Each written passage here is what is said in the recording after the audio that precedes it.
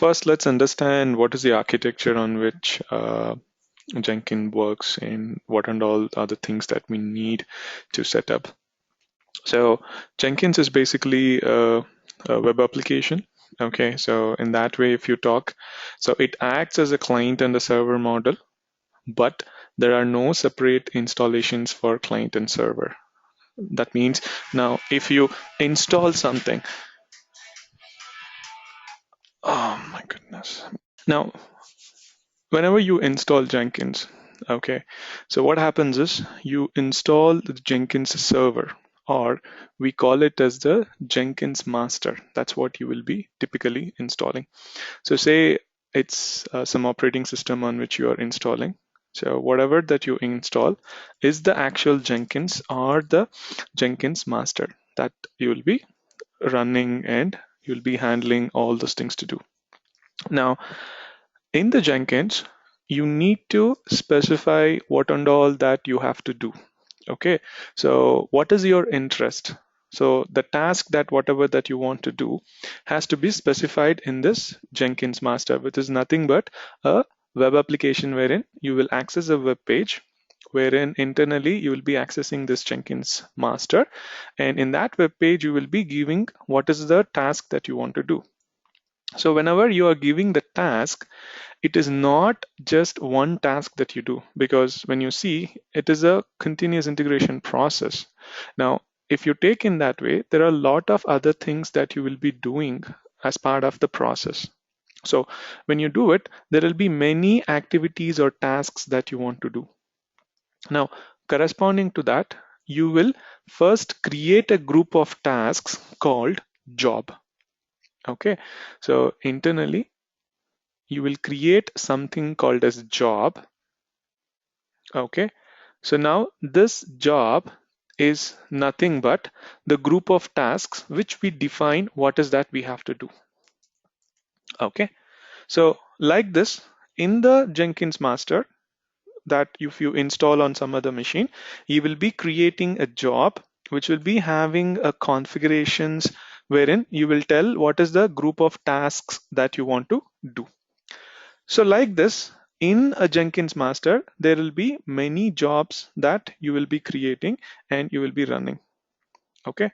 Now, typically, when you install Jenkins on one machine and you want to do certain tasks, so since I said Jenkins acts as a framework, it is not mandatory that you should be doing only the continuous integration.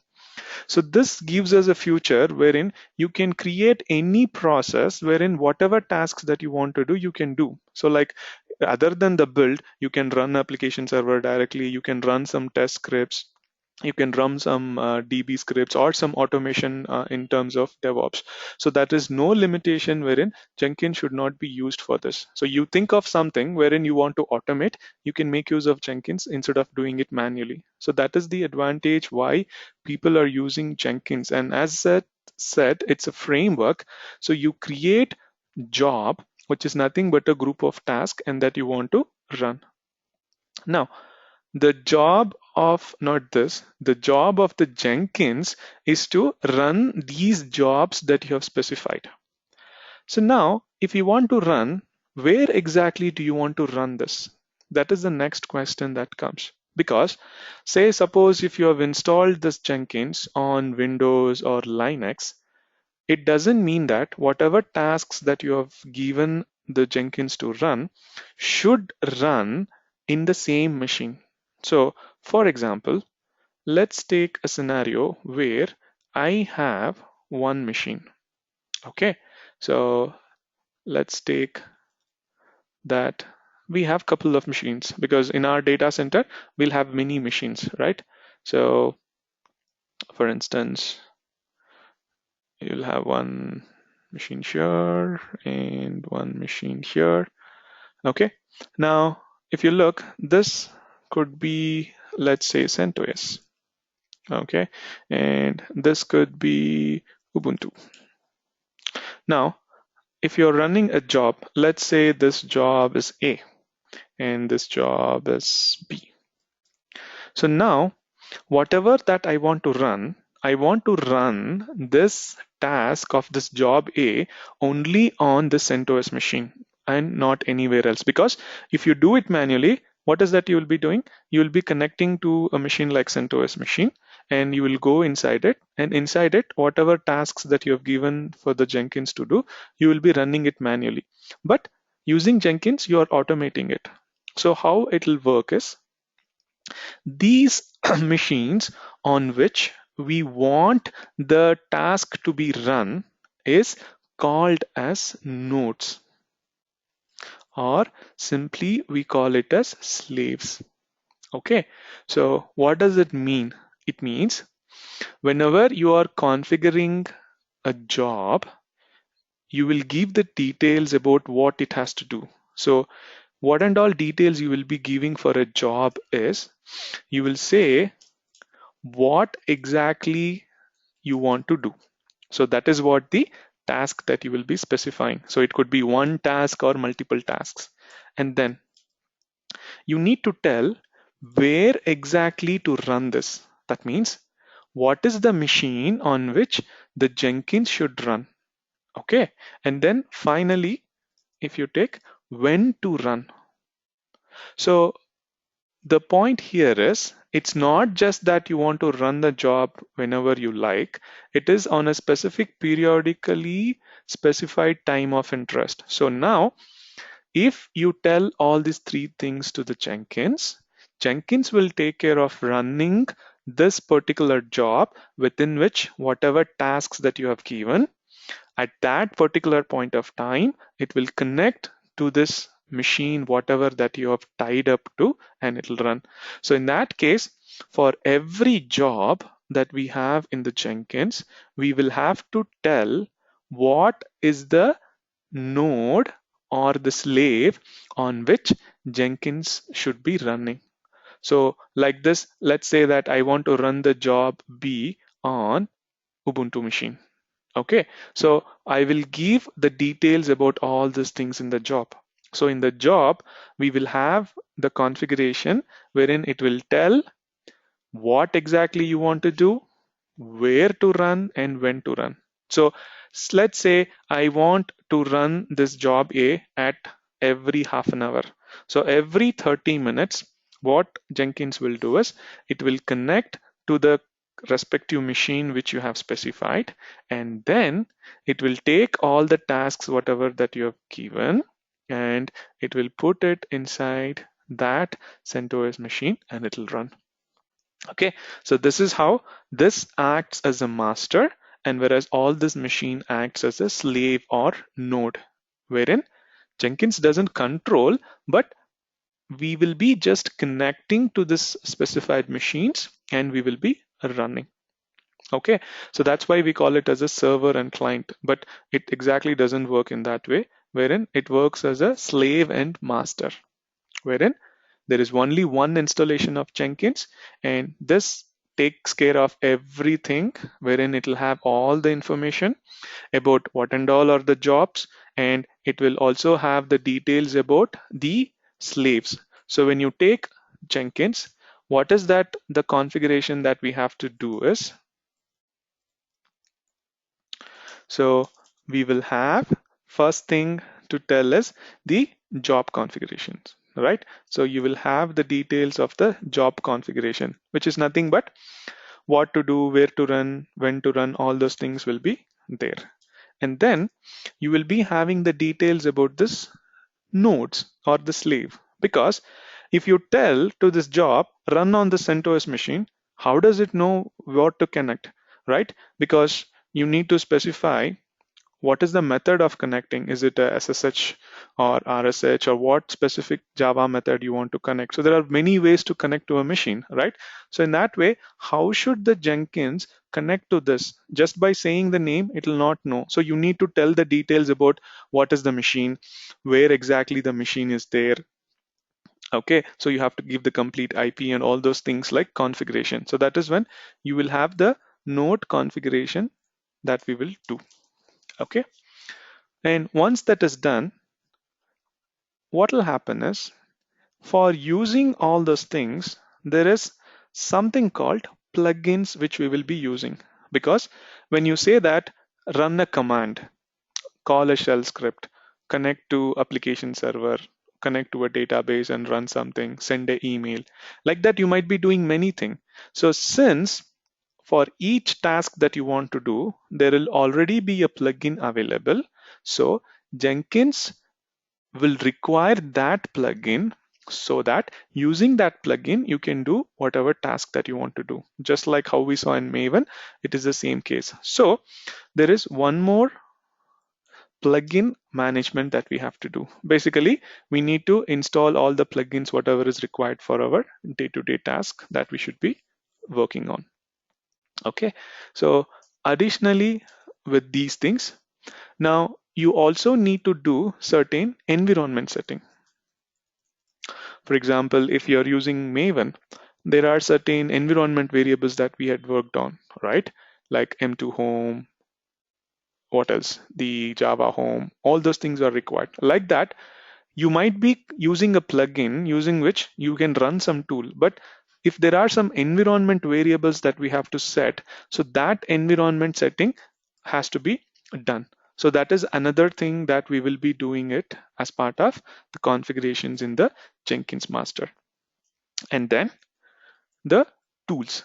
Specifically, when I say tools, there are some default plugins which comes along with Jenkins, because Jenkins is a tool which was primarily created for continuous integration.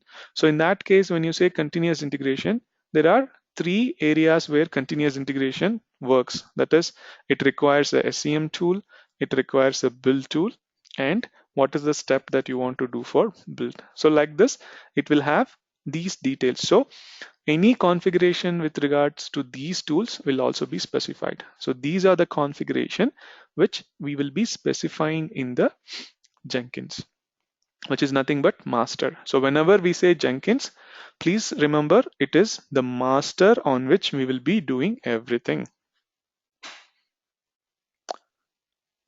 Getting it?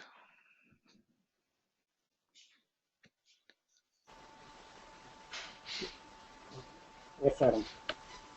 Uh, Adam, so you mean to say that we only do the configuration part on the master and then the slaves do the actual, I mean, where the services run or the jobs run on the slaves? Slaves doesn't do No, no, anything. Jenkins master will connect to the node and there it will run everything. Yeah, exactly. So on the slaves, the jobs run, but it's configured on the masters. master. Exactly. So as the name says, master knows everything. It will be giving instructions to the slave saying that, hey, this is what I want to run. So I will connect to you and run. That's what it means.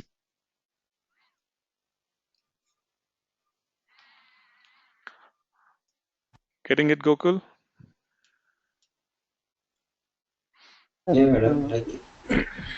Yeah, madam. Like one question. So when we are using some build, so in this time we are going to show, okay, this is the folder that need to be copied, the check-in, checkout. Okay, that part where we will define in the master or in the slave. Every configuration, whatever that you want to do, will be present here because Master. if you look here, this contains Okay, that everything. folder what?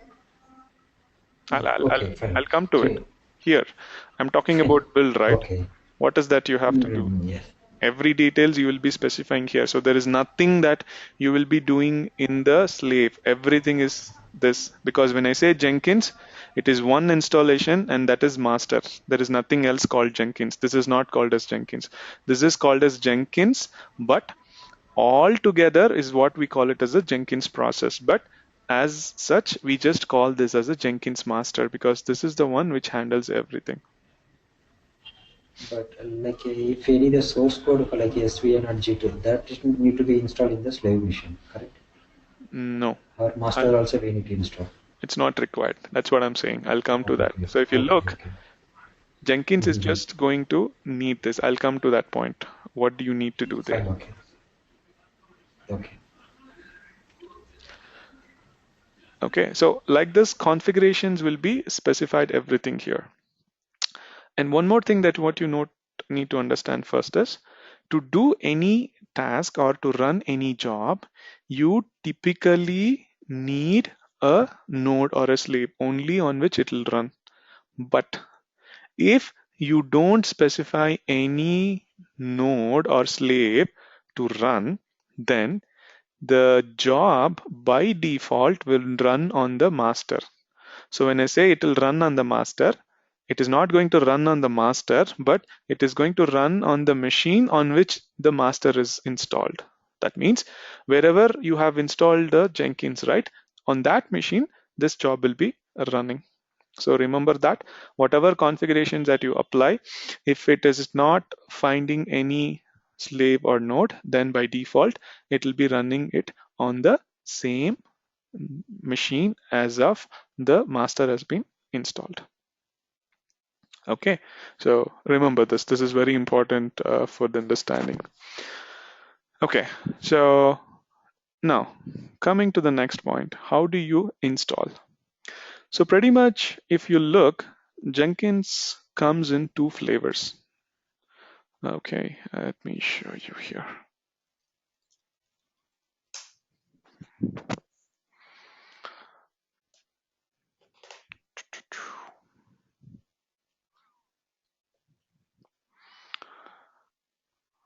Okay, so if you see, you'll have a LTS release and a weekly release. So what's the difference between this? So LTS release is a short term for long term support. Okay, and weekly release is usually referred as the beta release. The difference between that is beta release will be for users to test and evaluate before they are rolling it out officially. Okay, so by that, it means if there is any bug, it will not be fixed very immediately because it's a beta which they are giving you to identify any problem. So it's always better to use the LTS version wherein the bugs have already fixed and you will have a solution wherein if there is a plugin available for some problem, it will always be upgraded. So always, if you are going for open source, then use the LTS version. Okay. Now, in this, if you click, you'll have a lot of flavors on what is your operating system on which you want to install Jenkins. Okay. Now, pretty much the difference here is if you're taking any of this operating system, right? So typically, if you see, it is a WAR file. So it will be the same across all these things. So it will be just simply a file which you want to run. So either you can go to this operating system specifically and you can install this step. So whatever operating system that you are seeing, you can run specific to that. Okay. If not, you can suppose say you already have an application server which has been set up for your organization. So what you can do is simply download this var and put it inside the application server, which means every application server like Tomcat generally or most widely which will be used, it'll be having a web apps folder. Okay, so if you go to the directory where you have installed the application server, and in that, if you go inside the home directory of that, you'll be seeing a web apps folder. Inside that, if you put this var as such, and if you just restart the web server or the Apache server, then Jenkins would be automatically running. You don't have to do anything. So either you can do that way. Suppose if you don't have an application server already running, then you can pretty much choose any of the other method that we already have, because it's just the same way, because it's not like previous days, everything has been simplified. Okay, so it will be a single installation wherein if you see it has been set up as a package itself. So suppose if it's a Ubuntu, you will be using apt-get. Apt-get is the packager for the Debian machines like Ubuntu. So if you do it, Jenkins will be installed by default, and forever, I mean for this, whatever package is needed, it will be installing. So same thing if you have a Red Hat or anything related to Red Hat like CentOS or Fedora, Yum is what we use. Yum is the packager for Red Hat based machines. So if you just install this or if you just run, it'll get installed.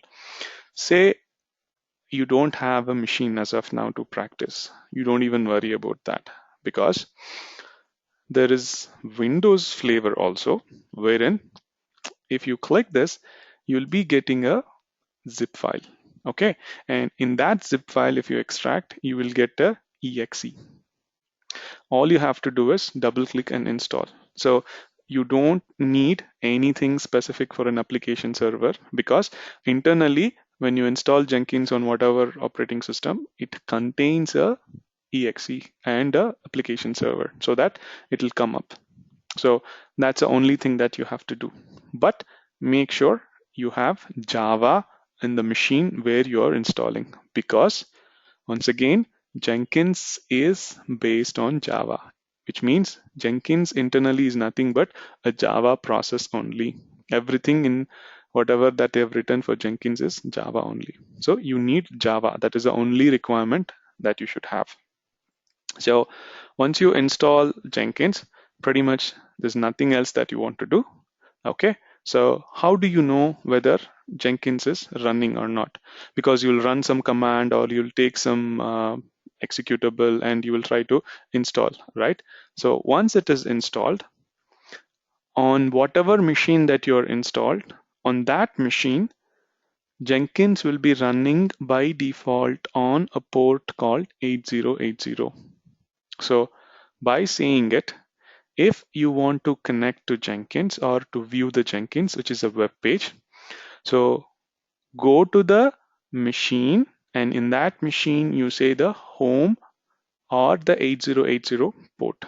Okay, so for instance, I have installed Jenkins in my own machine. Suppose if my machine had some name, okay, or in your organization, you will have a name for the machine where you have installed. So to connect it, all you will say is HTTPS, and then you will say the name of the server on which the Jenkins is installed. So it could be some name, right? So let me call it as test machine dot, say for example, some company, okay, the domain name .net, or it'll be .in, something like that. You will be .com. So whatever that you guys give. So if you see this, you are trying to connect to this machine through application server running, but we are not interested to connect to that, but only to the Jenkins, which is running on 8080. So then if you say colon 8080, it will be connecting to the Jenkins specifically running on this machine. So in that case, now, since it's my local machine, what I can do is I can simply give it as localhost because it refers to my machine, right? So here, if I say 8080, it will directly take me to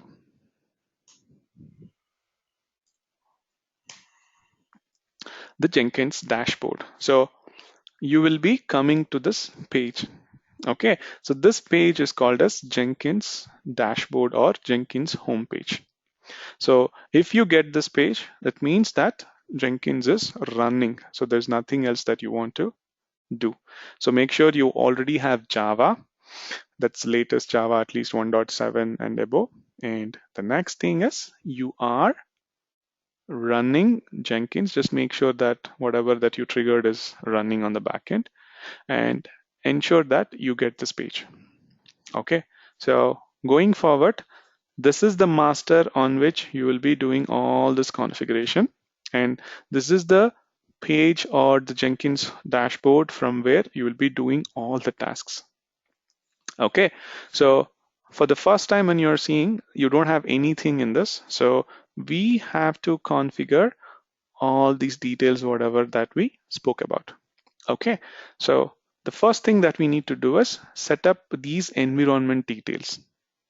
Okay, so even before that, we have to do the plugin management or install whatever plugin that is needed for our work. So how do we do that? So look carefully. You see an option called Manage Jenkins. Now, don't get worried because in your production, you will be seeing something else. That is because as you keep adding more and more jobs, more and more plugins corresponding to that, you will be getting everything. Because right now, it is just a plain Jenkins without anything. That's why you are not seeing any options.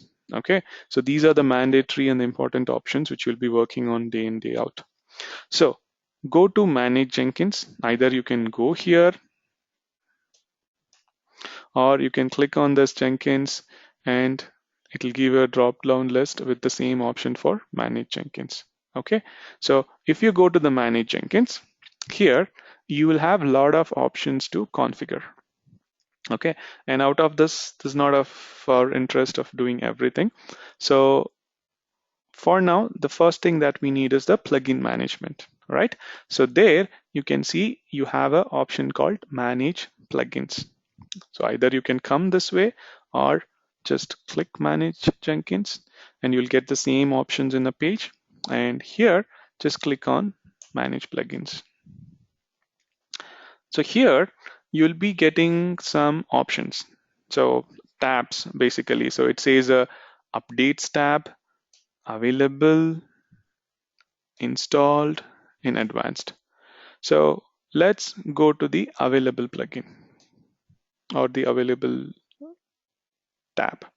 So what does this tab represent? So this represents that whatever plugins that is available in the open source community that is available for us to use. Okay, so it will give all the list of plugins that is available. So if you see, there are tons and tons of plugins that are available. So based on our work, what is that we need corresponding to it, there will be a plugin which we have to choose. And for the details on how to use that plugin, if you click that,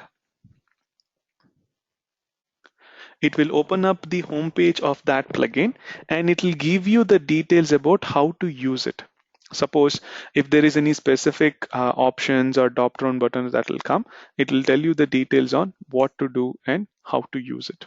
Okay, so using that, you will be trying to configure because it's not much of tough because everything will be shown there and you can easily identify what options that you have to do. The next thing is installed. So talking about installed, installed is the tab which shows all the plugins that is available for you currently. Okay, and in this, if you look at the right hand side, you can see some uninstall option for few enabled and for few the uninstall plugin is not enabled. Okay, so for example here, why is this? This is because wherever you see no option for uninstall, these are the default plugins which comes along with Jenkins when you install. And these gray colored where the uninstall is enabled are those plugins where we have installed it after the Jenkins installation. That is manual installation is what it means. Okay, so when you're doing the installation of Jenkins for the first time, it will ask you that what are the plugins that you want to install. Now that is an option which has been put in the latest version of Jenkins, which was not available on the older version. So for the first time when you're installing, you can choose whatever plugins that you want. Okay, and it will give a list of default plugins which is needed for the day-to-day activity. So if you choose it, if you see, that is how we got all these things so far. Okay, and additionally, as I said, based on our need, we can install any plugin that we need, and corresponding to that version of the plugin, it will be showing it as here. Okay, now when you install, just make sure that you install Git related plugin. Okay, so there are default plugins which comes along with it, but in case if you want some specific plugin, make sure that you have this GitHub plugin. Okay, because when we are trying to work on Git, we will connect to GitHub and from there we'll try to get the details. Okay, so make sure that this is installed. But other than that, pretty much for now, we don't need any plugin for practicing.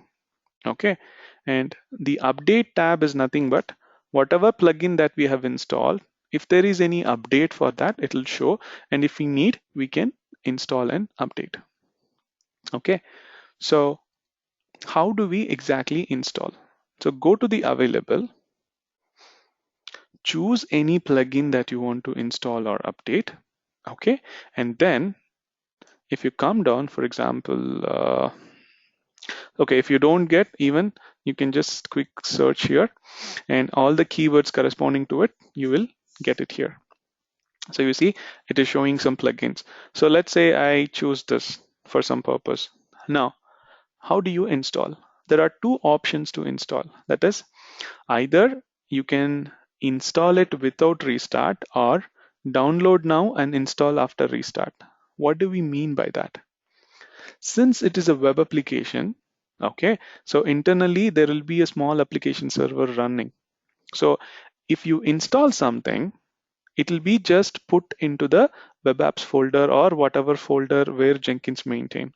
But it will not be recognized by Jenkins, because only when Jenkins is booting up for the first time, it will read all those things, whatever is needed, and it always remembers. So when you install something new, you have to restart Jenkins so that it will once again try to refresh all the information, all the configuration, and then understand the plugin. But sometimes you might have to install, but you don't want to restart. That is because if there is some job running already, some task running, what will happen if you say restart? All the stops will get stopped. I mean, all the tasks will get killed and it will be stopped in between, which you don't want to happen. If you are doing a build and if you are trying to restart Jenkins, what will happen? The process will get stopped and nothing will be moved forward and it will be killed. So in that case, you don't want to do a restart. So whenever you want to do a restart later, then simply install without restart. But for our test practices, you can always use this. But for production, make sure you do this and be very clear enough when to restart. Because if you just blindly restart, Jenkins will be connecting to so many nodes, it will be running so many tasks. If this itself is not there, because internally if you look, there will be some Java process which will be connecting to this machine and running. So if you restart Jenkins, that Java process will be killed and it will not be there. So what will happen? This task, whatever is happening, will get interrupted. So make sure before restarting, you check everything and then restart only when there is no load or when there is no tasks running on Jenkins. Okay, so like this, you need to choose for the jobs and you need to choose what plugin that you need. Pretty much many of the plugins will come by default. Only that is needed, that we'll see later if there are few plugins which is needed for activities. Other than that, only thing for now for the test practice, just make sure that you have the Git plugin. Okay, so once you have done with this, the next thing what we need to do is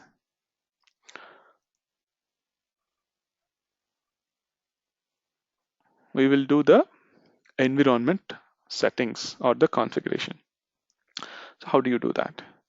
So once again, go to Manage Jenkins, and in that, the first option called Configure System. If you go to Configure System, it will be showing you certain details here. Okay, so in that, if you look, there'll be a lot of things that is needed.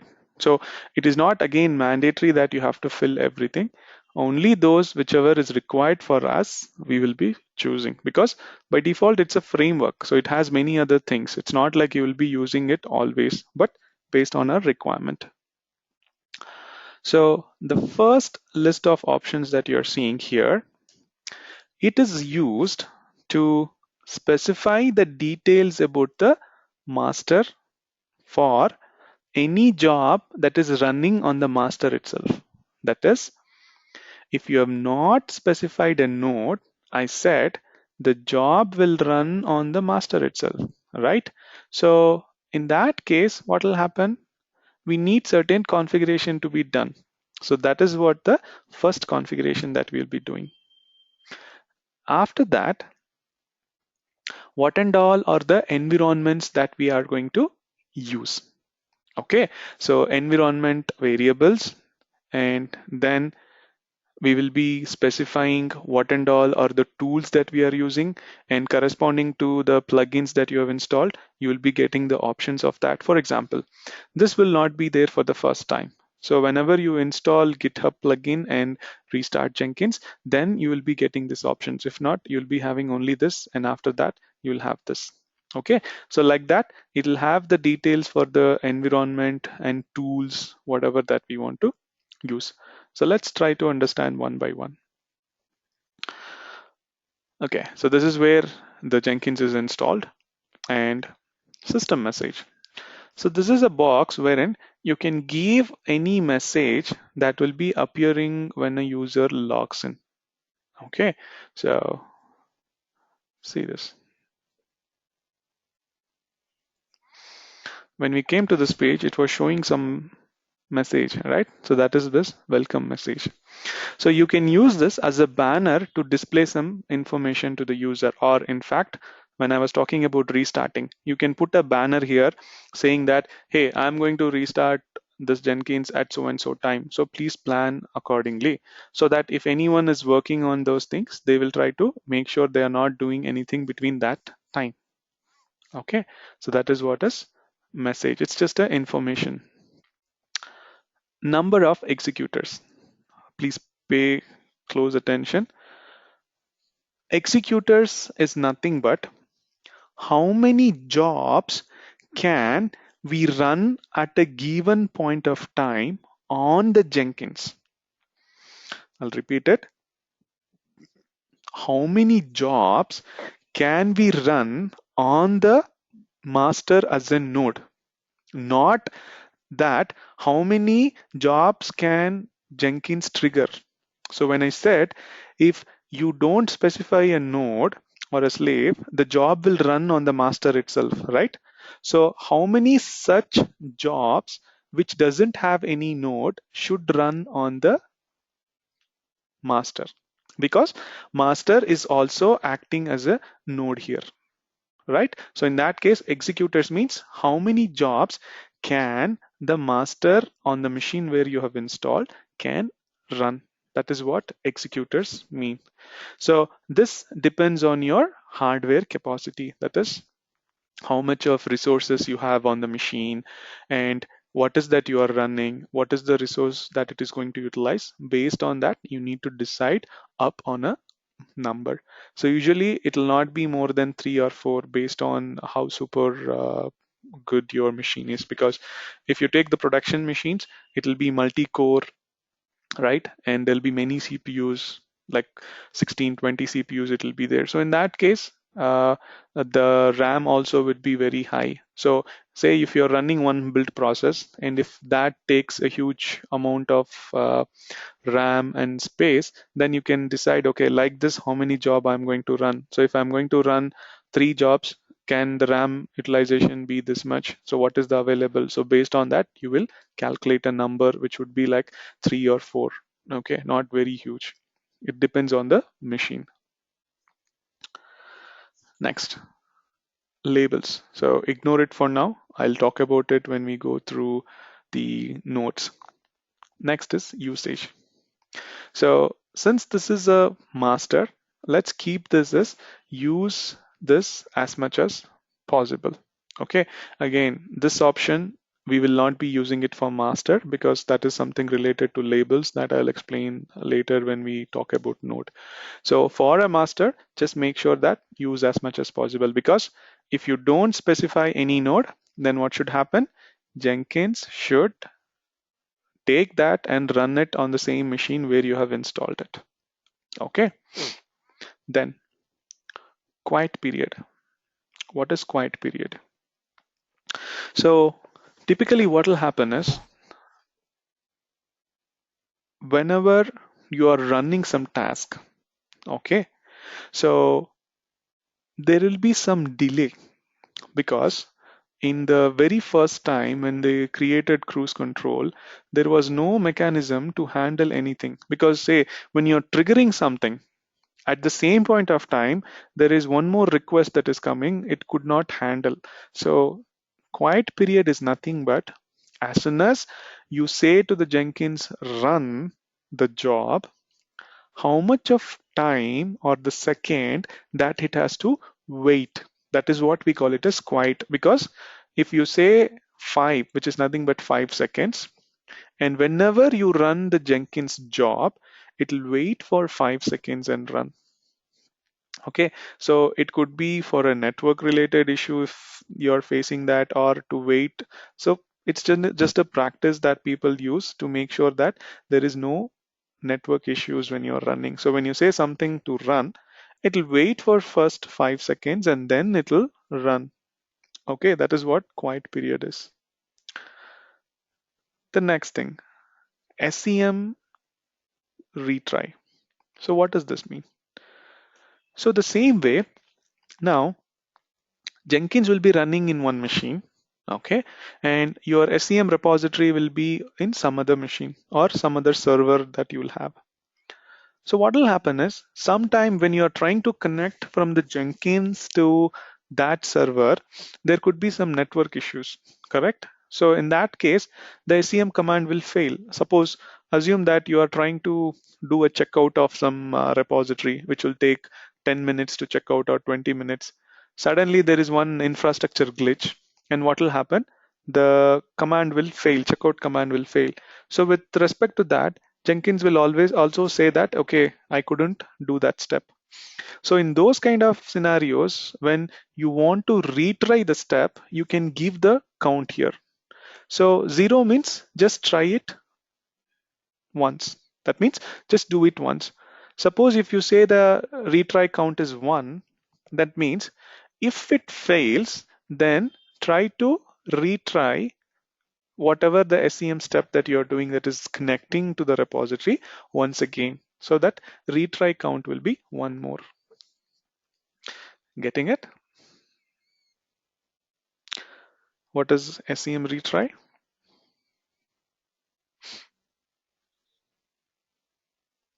So these are the options that you will be giving for the node as such. Okay. Okay. So Okay. the next thing what we will have is environment variables. Okay. So what is this environment variable? Now, if you click, it will not be showing. Right now I've added. So what you have to do is you click on add and you will be getting a name and a value combination. So here what we need to do is we need to give whatever environment variables that is needed for our work. So in our case, if you remember, we are going to use Maven. So in that case, you will be setting up variables like M2 or M2 home, and you will be specifying what and all are the environment variables that you want to set. And as I said, Java home is a quite mandatory thing for every task that we are going to do. So mention Java home here.